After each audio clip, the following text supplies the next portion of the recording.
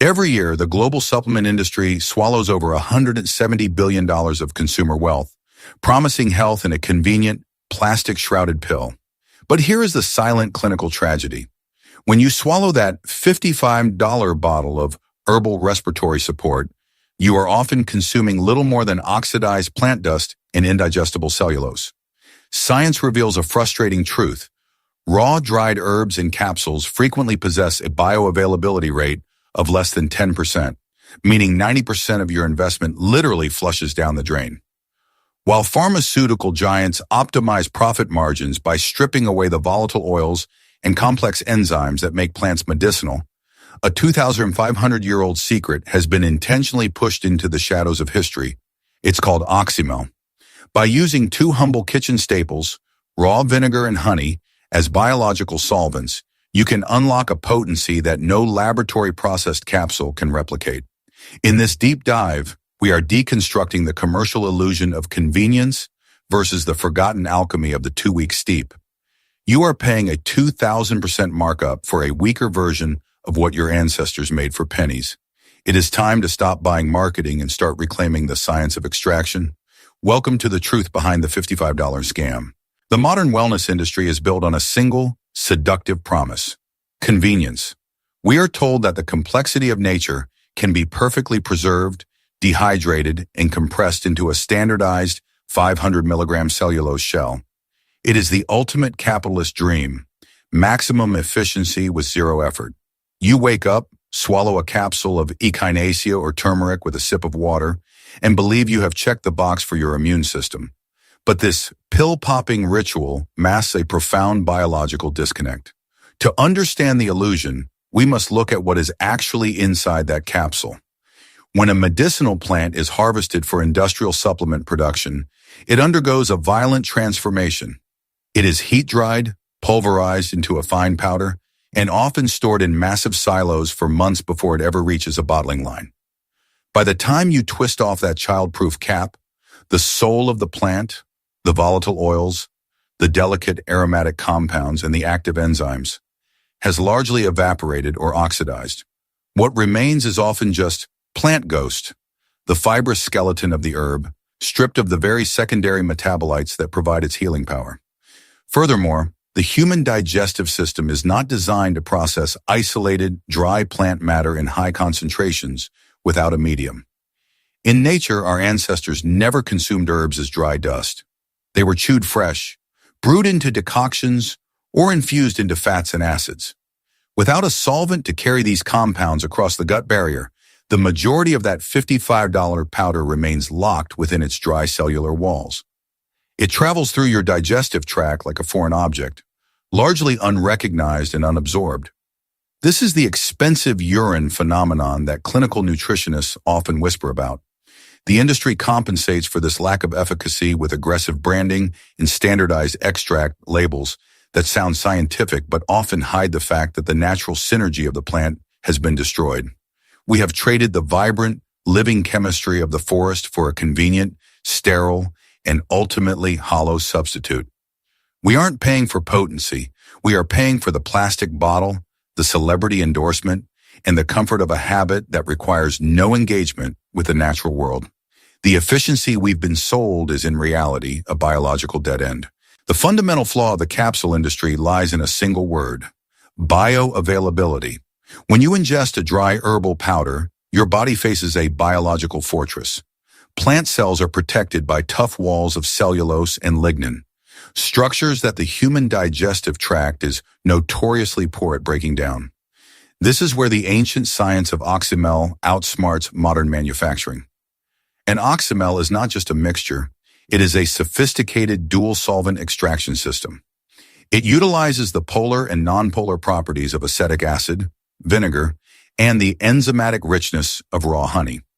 Acetic acid acts as a key, penetrating the rigid cell walls of the herb to dissolve minerals and alkaloids that water alone cannot reach. It transforms the medicinal compounds into a liquid state that is pre-digested for your system. Simultaneously, raw honey acts as more than a sweetener. It is a complex biological matrix containing organic acids and enzymes that stabilize the extracted compounds, preventing the oxidation that kills the potency of store-bought pills. When you consume this liquid gold, the medicine doesn't need to wait for your stomach to laboriously break down a dry pill. The acetic acid primes your digestive enzymes, while the honey provides a glucose-driven transport system that shuttles the herbal nutrients directly into your bloodstream. In clinical terms, you are moving from a passive, low-absorption solid to an active, high-affinity liquid. Science confirms that liquid herbal extracts can have an absorption rate up to 5 times higher than capsules.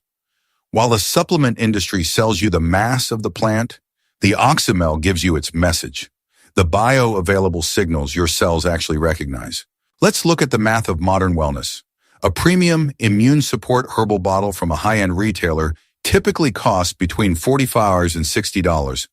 When you flip that bottle over, the other ingredients list often tells a darker story than the marketing on the front. You'll find magnesium stearate, silicon dioxide, and microcrystalline cellulose, binders and anti-caking agents designed for the convenience of high-speed filling machines, not for your gut.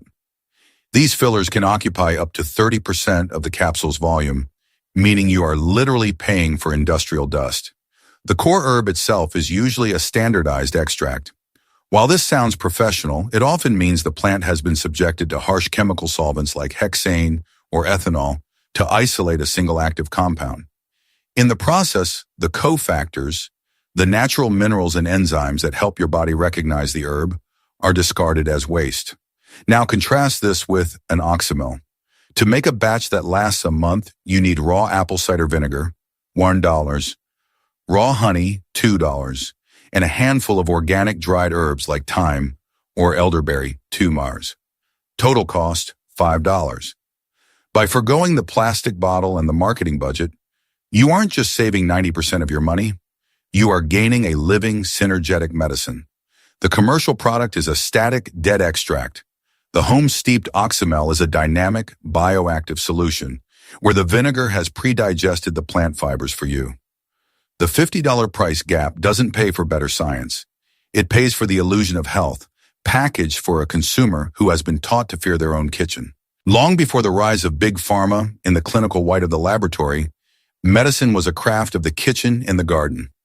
The Oxymel, derived from the Greek words oxos, vinegar, and melai, honey, was not a fringe remedy. It was the backbone of Western medicine for over 2 millennia. Hippocrates, the father of modern medicine, prescribed it for everything from respiratory congestion to fever. It was the standard of care in the medieval monasteries of Europe and the apothecary shops of the Renaissance.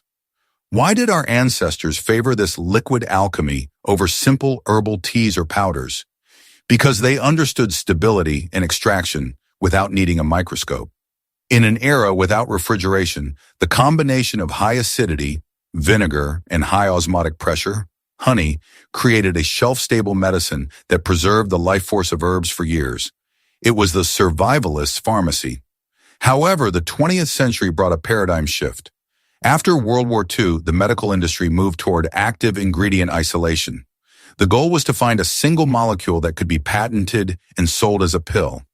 The complex, synergetic nature of Oxymels, where the vinegar, honey, and herb work together as a living whole, couldn't be easily standardized or owned by a corporation.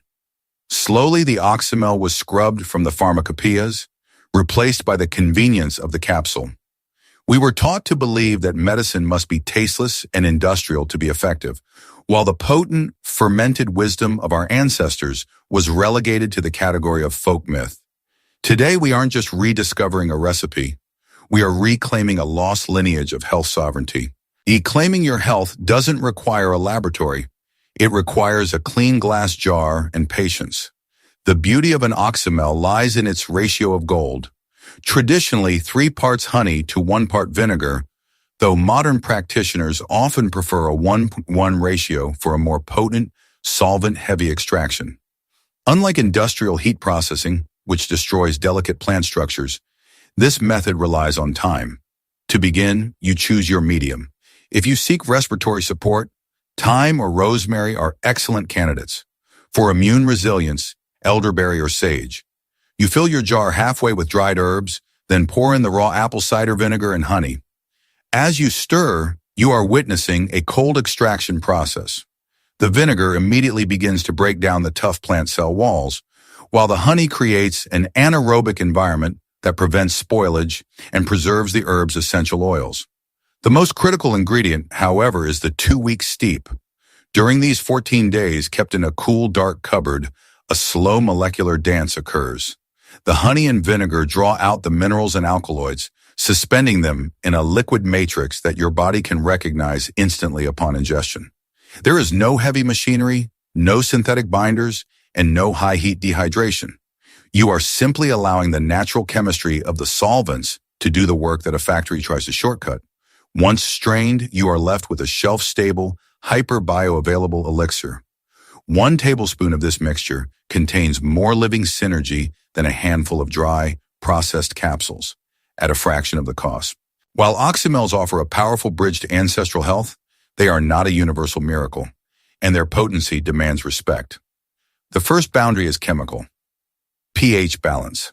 The efficacy of an oxymel relies on the acidity of the vinegar to act as a solvent. Using diluted or low-quality vinegar can fail to extract the medicinal compounds and, worse, may allow for the growth of unwanted bacteria. Always ensure you are using raw, unfiltered apple cider vinegar with at least 5% acidity. The second boundary is biological. Because oxymels contain raw honey, they are strictly prohibited for infants under the age of 1 due to the risk of botulism. Furthermore, for those managing type 2 diabetes or severe acid reflux, the sugar content of honey and the acetic acid of vinegar must be factored into their daily metabolic load. It is a medicine of precision, not reckless consumption. Lastly, we must understand herbal compatibility. Not every plant belongs in a vinegar-honey base. Resin-heavy herbs or those requiring high-heat decoction to release their benefits may not yield their full potential through this cold maceration process. Reclaiming your health means becoming a student of the craft, not just a follower of a recipe. True wellness is found in the intersection of traditional wisdom and modern safety standards. By understanding these limits, we move from being passive consumers to informed stewards of our own biological well-being. Toi se viet fan section 6, kan bao, va ending ket luan plus CTA, jehoan tat noidung kichben. Toi se goplay motkak sutstichen hung van, jam bao jai jutkach utologic vakam ksuk nhu ban yokao. Section 6, the boundary, when tradition needs caution. Language and English. As powerful as traditional methods are, they are not magic. They are biology. When moving away from standardized pills to DIY oxymels, one must respect the chemistry of the jar. Because oxymels rely on raw vinegar and honey, the pH level is your primary safety guard. A proper oxymel must remain acidic to prevent the growth of harmful bacteria. Furthermore, the choice of herbs is not arbitrary. Resinous plants or those with high wax content may not surrender their properties to an acid-based solvent as easily as aromatic herbs do. Crucially, we must remember that natural does not mean consequence-free. The high sugar content in honey, while medicinal, must be managed by those with metabolic sensitivities. Raw honey should never be given to infants due to the risk of botulism, a basic rule of herbalism that the industrial supplement industry often forgets to mention in its rush to market natural alternatives. Using traditional methods means taking back responsibility, which requires a level of mindfulness that a plastic bottle simply cannot provide. Ending, the sovereignty of health and final takeaway language, English. The $55 capsule and the 2-week steep represent two fundamentally different worldviews. One views health as a commodity to be purchased in a convenient, sterile transaction. The other views health as a relationship, a slow, deliberate process of extraction, patience, and understanding. The supplement industry thrives on the idea that we are too busy, too uneducated, or too incapable to provide for our own well-being. They sell us the convenience of a pill to hide the fact that they have stripped the life out of the plant. But when you stand in your kitchen, mixing raw honey with vinegar and herbs, you are doing more than making a remedy. You are committing an act of quiet rebellion against a system that profits from your disconnection. You don't need a billion-dollar laboratory to access the wisdom of the earth. You only need the willingness to wait for the steep. If you're ready to stop paying for marketing and start investing in real potency, Rethink your cabinet. Question the pill. Respect the process. If this deep dive changed how you look at your supplement shelf, consider subscribing and sharing this with someone who is tired of the commercial illusion. Let's reclaim the science of the kitchen together. Stay curious and stay sovereign.